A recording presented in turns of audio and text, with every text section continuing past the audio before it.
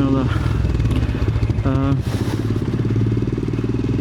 Keberangkatannya sedikit delay ya, kata Rolo tadi di depan rumah waktu putar balik, kata Rolo jatuh. Oh man, this 200 plus motorbike is no joke. Tadi aku harus ngangkat sendiri motornya. Oh, Masya Allah berat banget. Gue jadi mikir kayaknya bakal konyol aja kalau touring sendirian tiba-tiba motor jatuh dan nggak ada orang yang bantuin kayak aku tadi pagi. Berat banget, subhanallah. Tapi alhamdulillah nggak ada yang cedera. Ini kita berangkat agak telat daripada yang dijadwalin. Betul Allah, it's okay. Tapi okay, I'll take it easy and enjoy the ride.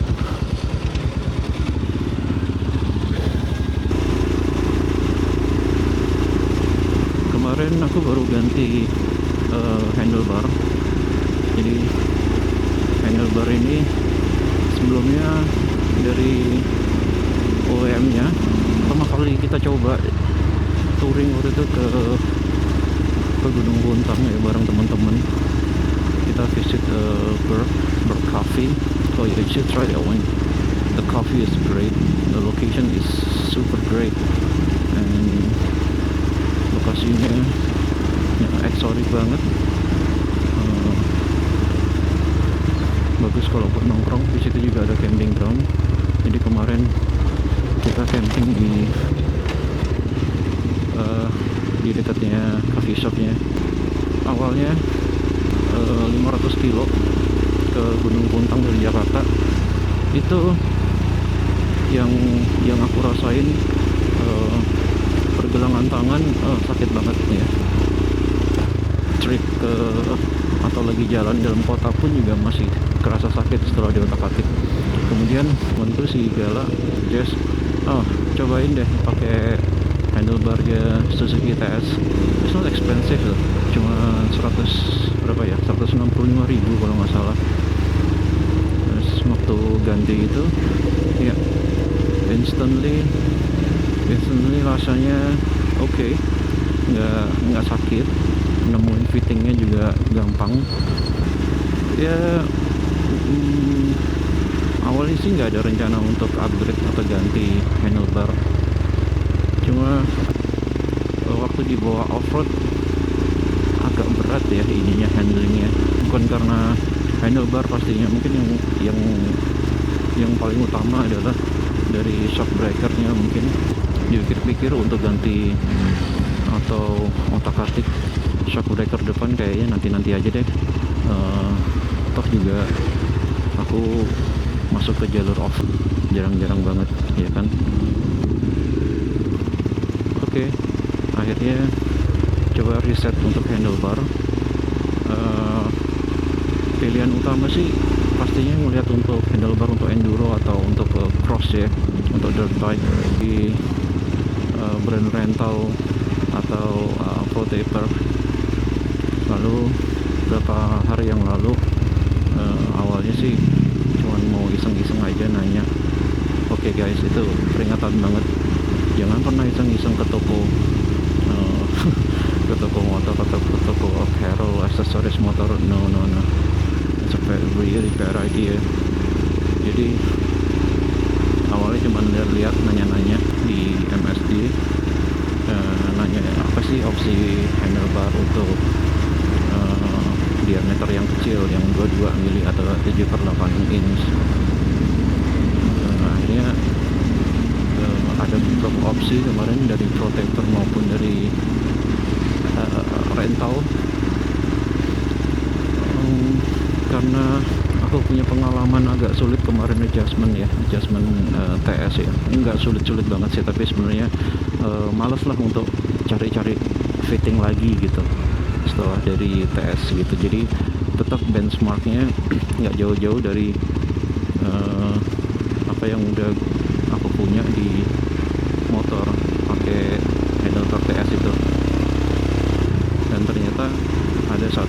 handlebar yang mirip banget geometrinya dengan TS. Cuma awalnya rada nggak sreg karena kok warnanya silver ya gitu. Walaupun silvernya bagus sih, silvernya doff dan ada tekstur gitu, ada green teksturnya gitu. Oke sih, awalnya sih kepikirnya hitam lah supaya ya masih sama yang sebelumnya gitu. Karena handlebar TS Suzuki TS itu juga warnanya hitam sama kayak handlebar asli bawaannya. Terus tapi yang penting kok kayaknya geometrinya mirip banget ya, malah mungkin sweepnya lebih dekat ke badan gitu. Kenapa kepikir untuk ganti handlebar?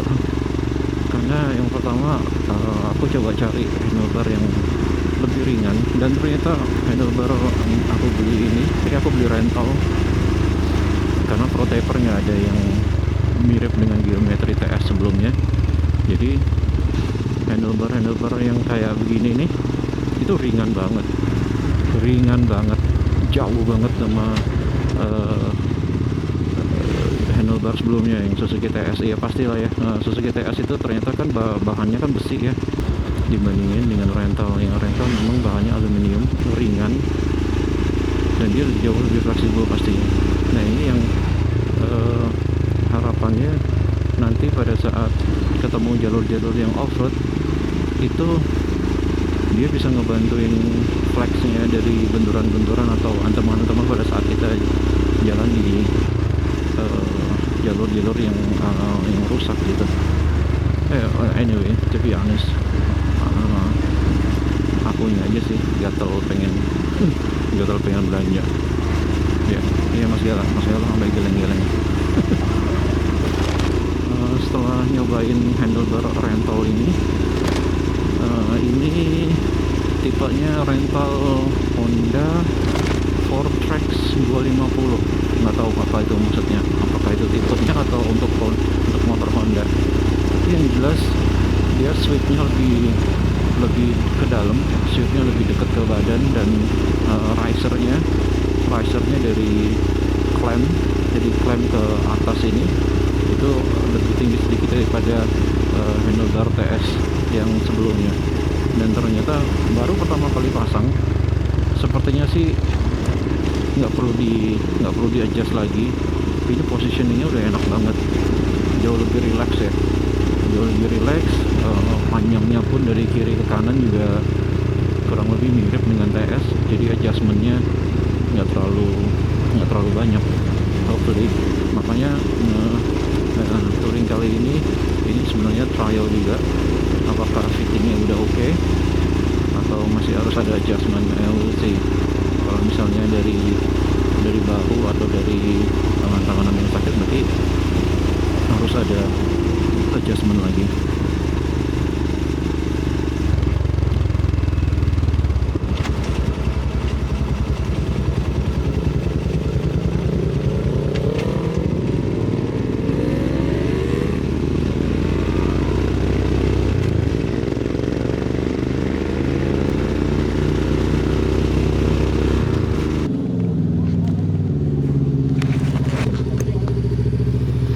Oke, next stop kita langsung ke warung Pak Mamat untuk food breakfast ya. Ini jalurnya nggak langsung ke arah Jonggol atau Cilengsi, tapi justru malah aku ke selatan dulu nih. Aku pengen mampir ke Cibadak, ke warung nasi Haji Pak Mamat, baru deh ke arah timur, ke arah Sukabumi, lanjut langsung ke Bandung.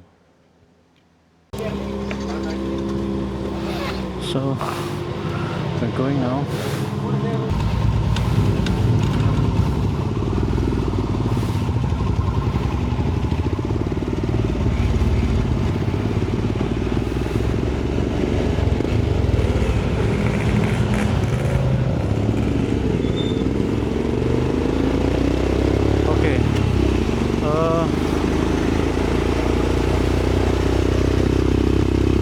Kira-kira 1 jam 13 menit kita sampai ke Pak Mamat insyaallah.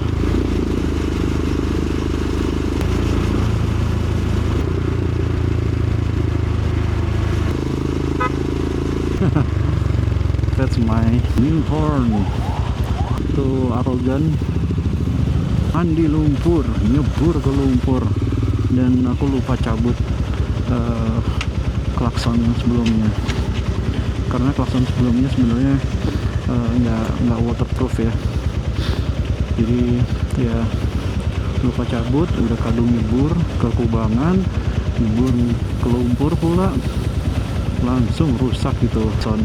Nggak tahu deh, you guys ada yang tahu nggak sih gimana yang bisa repair klaksonnya? But anyway, akhirnya beli baru. Pia bunyinya mirip sih kayak yang sebelumnya itu aku pakai klakson Fair, masih original, made in Germany, bukan China seperti yang banyak beredar sekarang ini. Ini sayang banget sebenarnya, kalau itu nggak rusak nggak mungkin aku mau ganti, karena bunyinya enak banget itu, slightly different dengan punya Pia yang sekarang ini. Tapi oke sih ya. Belanja mulu papan touringnya. Sebelumnya aku sempat ini sih, karena buat ganti ban buat trip kali ini masih ada stok Pirelli MT-90 ya, itu masih baru, belum pernah dipakai. Cuman kemarin beli Dunlop D605 yang lumayan harganya cukup murah ya, nggak terlalu mahal. Depan belakang kurang lebih 1.100.000 lah depan belakang di rumah ban ya. Jadi sebelum RFT 5 itu kemarin aku udah ganti pakai Dunlop D605 dan waduh mantap, ini apa namanya, dipakainya enak banget, tentu dengan PSI yang tepat ya pastinya lah. Jadi nggak bisa kita judging ban cuma dari mungkin motifnya atau brandnya, pemilihan atau setting PSI nya juga penting banget. Itu waktu dipakai off-road di RFT 5 performanya lumayan oke banget dengan pemula kayak saya di jalur yang turunan janda yang sangat menakutkan, buat saya menakutkan sekali kan. Aku pakai D605 Dunlop, terus waktu project dan Arogan Trophy kemarin juga masih pakai D605. sangat tidak mengecewakan, malah sebelum ke event project sama Arogan Trophy, ban belakang aku convert dari tube ke tubeless. Aku coba convert iseng-iseng aja cobain, dan ternyata all good sih, no complaint so far.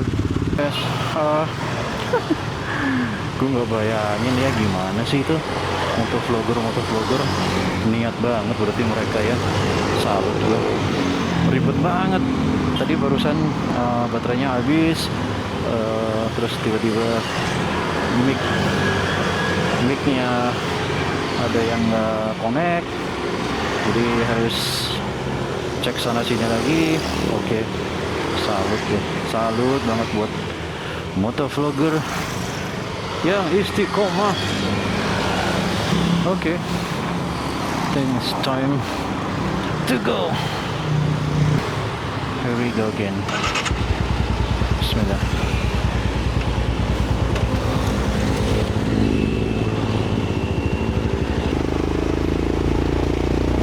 Tadi sampai mana ya?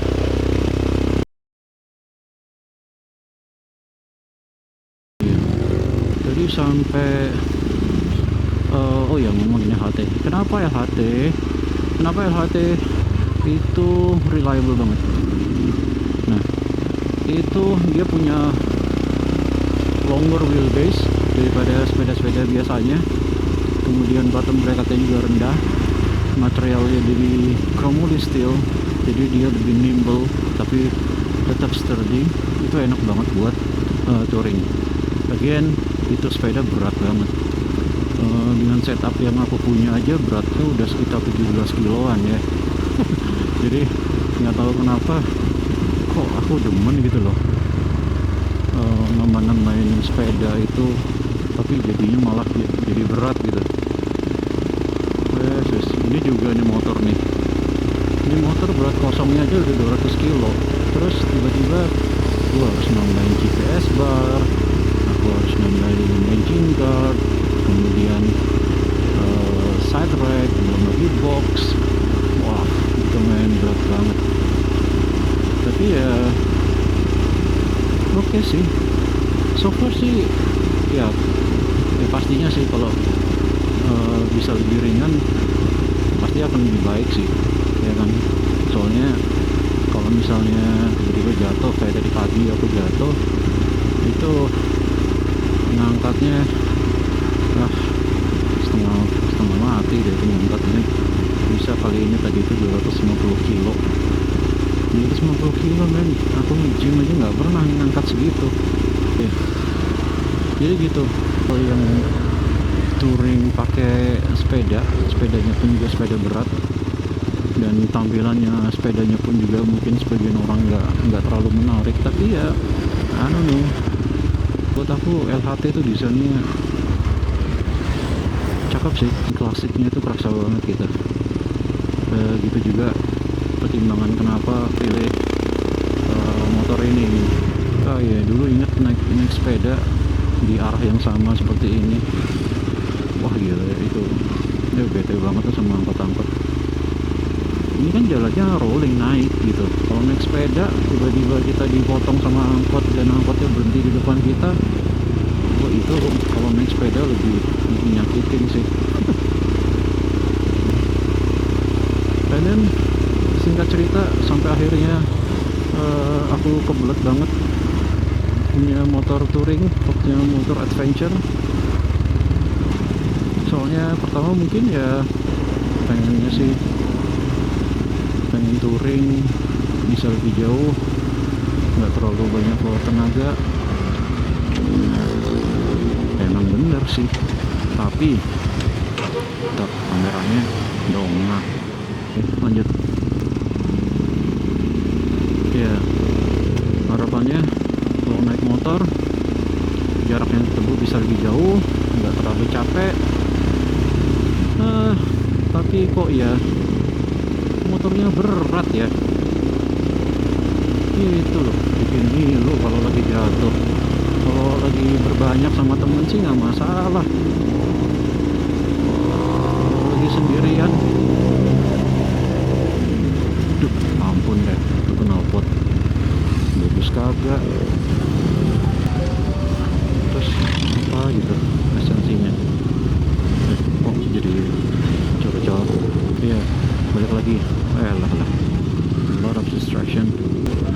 Jadi gitu, kalau mau pakai motor yang ringan ada sih pilihannya, kayak misalnya motor enduro atau yang lagi naik daun CF motor. Tapi ya nggak seringan itu juga sih kalau CF motor ya. Maksudnya anyway, pada saat kita nambah kayak crash bar, engine guard atau side rack bisa diganti tas pannier yang rackless sih memang. Cuman anyway itu juga nggak ringan gitu loh, pada akhirnya juga nggak ringan banget ya, kecuali kita bawaannya hanya sedikit. Kalau motor enduro nah itu sih ringan kayaknya ya, aku belum pernah naik motor enduro ya, cuman itu nggak enak kayaknya itu kalau di pakai jalan jauh. Kalau untuk off-road, benar-benar off-road single track ya, that's a good choice. TM 390, aduh aku tuh nggak suka loh desainnya itu, lancip lagi. Kenapa sih kayak robot? desain futuristik itu kok nggak demen ya, nggak tahu sih ya, mungkin nggak selera aja sih ya. There's nothing exotic about this road. Yeah, it's boring now.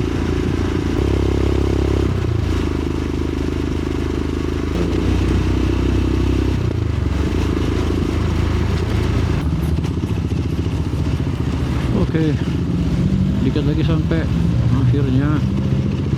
Trafiknya ruwet. Kita makan, kita sarapan. Patokannya itu Mixway, itu dia Mixway. Yes.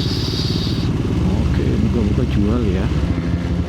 Sampai nggak buka, waduh.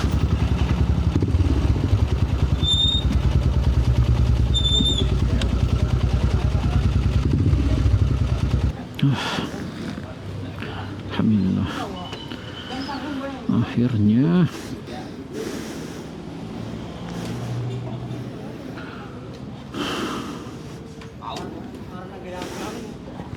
ayo, halo, itu dia warung nasi Haji Mamat. Oke, the best you can get from this area.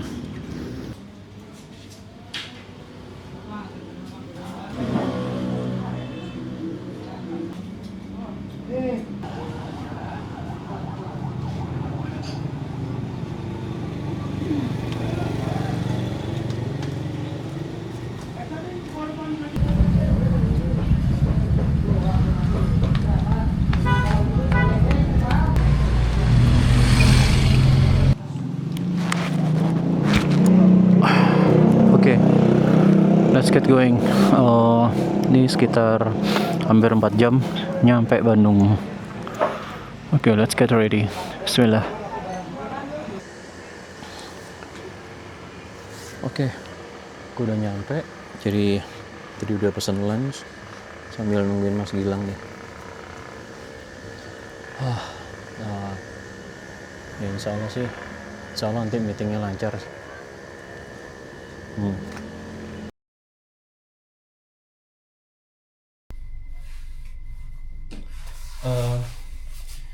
Jadi kayaknya aku putusin untuk balik ke Jakarta lebih cepat. Rencana awal sih sekitar jam 8 baru berangkat. Terus breakfast dikit aja, lalu langsung berangkat. Rencananya aku mau mampir dulu ke Kota Baru Parahyangan. Nah, di situ mungkin aku mau breakfast, mau sarapan yang lebih berat lagi karena ada laksa enak di situ. Jadi pengen cobain makan.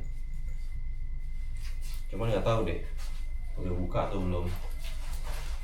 Kalau masih belum buka, ya udah langsung lanjut ke Blas Jakarta.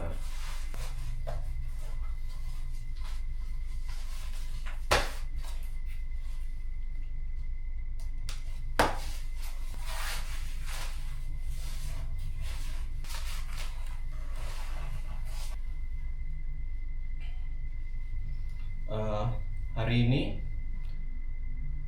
pulang rencananya rute dari Bandung ke Padalarang dulu, cobain breakfast tadi laksa. Moga-moga tempat makannya udah buka. Terus ke arah, pokoknya nanti ke arah Jonggol lah. Jonggol nembusnya ke Cilengsi. Jadi aku udah nggak mau lagi ke arah Bekasi. Karena terakhir kali salah jalan ke arah Bekasi masuk ke Jakartanya. Aduh, ruwetnya minta ampun. Oke, jadi kali ini aku masuknya harus ke arah Cilengsi atau Jonggol. Harusnya sih lebih, jaraknya sih kayaknya sih lebih dekat ya daripada kemarin ya. Daripada jalur waktu kita berangkat, karena jalur kita berangkat agak muter turun ke selatan karena aku bela-belain makan di warung nasi Pak Mamat.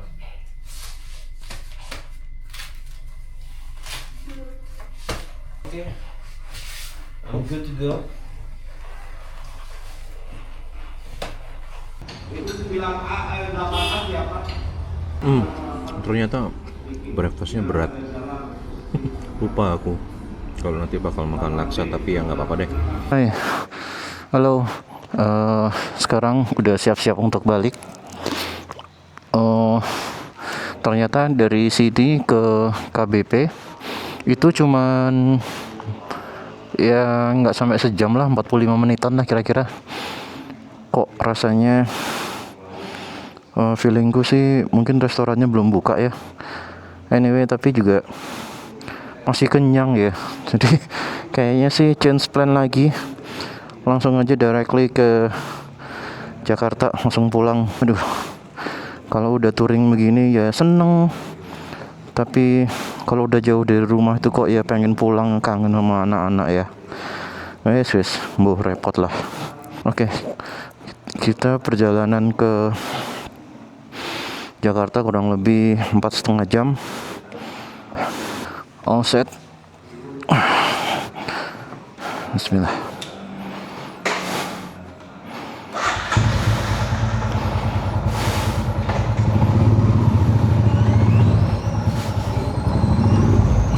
Ini motornya bunyi kayak ada tikus kejepit.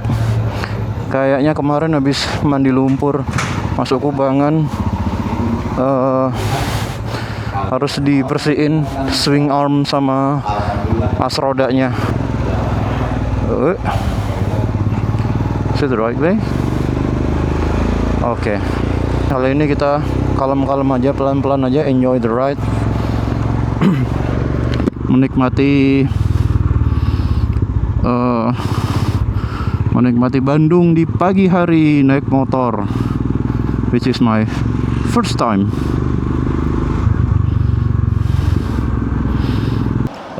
Lagi coba checking, ini kayaknya kok apa namanya, kok agak gembos kayaknya ban belakang.